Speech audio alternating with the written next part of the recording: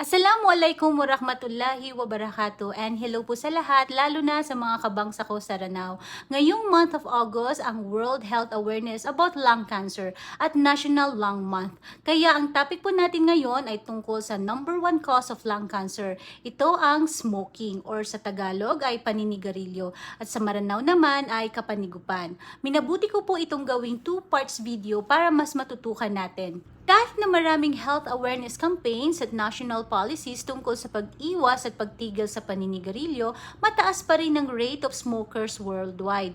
Bilang internist at cardiologist, goal din po namin matigil sa paninigarilyo ang mga pasyente namin dahil marami itong epekto sa cardiovascular health at paglala ng maraming sakit. Kapag ang pasyente namin ay nagdahilan na, "Dok, mahirap po talagang itigil ang paninigarilyo," we totally understand them but we must help them stop smoking. First question, bakit delikado ang paninigarilyo? Ang paninigarilyo ay ang paglanghap ng nasusunog na sangkap ng plant materials. Nilalanghap at pumapasok ang usok nito sa katawan ng tao. Karaniwan itong nagiging bisyo na mahirap tigilan at maraming sakit ang dulot nito kaya ang smoking ay isang serious unhealthy lifestyle. Alam niyo ba na ang smoking ang number one cause o sanhi ng maraming sakit at pagkamatay sa buong mundo? Na pwede sana nating maiwasan. 80% daw ng lahat ng naninigarilyo ay nasa low to mid-income countries, kagaya ng Pilipinas, kaya malaking epekto pala ito sa health system natin. Second question, ano ang nilalaman ng cigarette smoke? Maraming klase ang smoking at karaniwan nito ay ang cigarette. Tandaan na lahat ng klase ng paninigarilyo ay delikado at walang safe level of exposure. Mahigit 7,000 chemical components ang nilalaman ng cigarette smoke. Ang nicotine ay ang primary components nito na may highly addictive effect o yung feeling na pagkalulong o bisyo dahil sa tranquilizing psychoactive effect nito o yung feeling na masarap sa pakiramdam. Ang carbon monoxide ay isang poisonous gas na matatagpuan din sa mga nasusunog gaya ng gasolina, kerosene o kahoy. Binabawasan nito ang kakayanan ng dugo na magdala ng oxygen sa buong katawan. At higit sa lahat ay ang maraming compounds na nagdudulot ng cancerous process, sumisira sa protective factors against cancer at nagpapahina ng immune system ng katawan natin. Third question, ano ba ang nangyayari kapag naninigarilyo or nakalanghap ng usok nito? Mula sa pagsindi ng sigarilyo at paglapit nito sa bibig, pwede magkaroon ng dry skin, wrinkles at pangingitim ng labi. Sa ilong naman, sinisira ng smoke ang nerve endings na pwedeng magdulot ng infeksyon at pagkawala ng pangamoy. Sa bibig at lalamunan naman, ang tar mula sa sigarilyo ay nagdudulot ng irritation, stain at inflammation sa ipin, dila at lalamunan. Sinisira din ito ang panglasa sa pagkain. Pagdating sa daanan ng hangin or airways, sinisira ng smoke ang kakayanan natin mag-trap at maglinis ng hangin kaya mabilis tayong ubuhin at lumalala ang allergic reactions.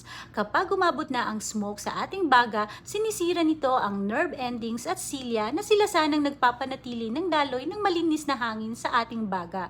Nagkakaroon ng abnormal productions of mucus-secreting cells kaya nagkakaroon ng maraming plema at infeksyon. Fourth question, ano ba ang mga sakit na pwedeng makuha mula sa usok ng sigarilyo? Una ay ang hirap sa paghinga dahil sa maraming komplikasyon sa baga. Pangalawa ay ang cardiovascular diseases. Mula sa baga, ang usok ay sumasalin sa ugat. Ang carbon monoxide ay nagpapataas ng kolesterol sa ating ugat. Ang nicotine naman ay nagiging dahilan ng pagkakipot ng ugat, mataas na blood pressure at mabilis na tibok ng puso. At ang lahat ng ito ay pwedeng mauwi sa baradong ugat or heart attack. Pangatlo ay stroke or yung pagkaparalisa ng katawan natin dulot ng baradong ugat sa utak. Pang-apat ay diabetes. Opo, dahil sa paninigarilyo, malaki ang risk na tumaas ang sugar level natin. Pang-lima ay reproductive problem tulad ng infertility at ectopic pregnancy. Pang-anim ay pregnancy problem tulad ng prematurity, low birth weight, or worst ay abortion or fetal death. Pang-pito ay sakit sa mata tulad ng katarata or pagkabulag. Pang-walo ay autoimmune diseases tulad ng rheumatoid arthritis dahil sa abnormal na atake ng immune system sa normal tissues ng katawan. Pang-siyam ay premature aging or skin problems. Pang-sampo at higit sa lahat ay ang maraming klaseng cancers. Pinaka-common ang lungs, upper airways at colorectal cancer. Alam niyo ba na 9 out of 10 lung cancer death ay related sa usok ng sigarilyo? Fifth question, ano ang second-hand smoker at third-hand smoke? Hindi lang mga taong naninigarilyo ang naapektuhan at delikado sa maraming sakit, pati mga taong nasa paligid na nakakalanghap ng usok nito. Ang third-hand smoke naman ay yung mga natitirang usok at kimikal na nasa paligid tulad ng table, carpet, sopa at interior ng kotse. Kaya bilang doktor, madalas na itanong namin kung may chance bang ma-expose sa mga naninigarilyo or smoke, lalo na sa mga bata, matanda, may mga sakit at buntis. At yan po ang ating 5 must know about the health effects of cigarette smoking. Inshallah, sa sunod po ay madiscuss naman natin ang mga paraan kung paano matigil at matulungan natin ang mga mahal natin sa buhay na naninigarilyo. Tandaan na ang pag-iwas sa paninigarilyo or in general from smoke ay isang preventive way from many diseases. Thank you very much and wassalam.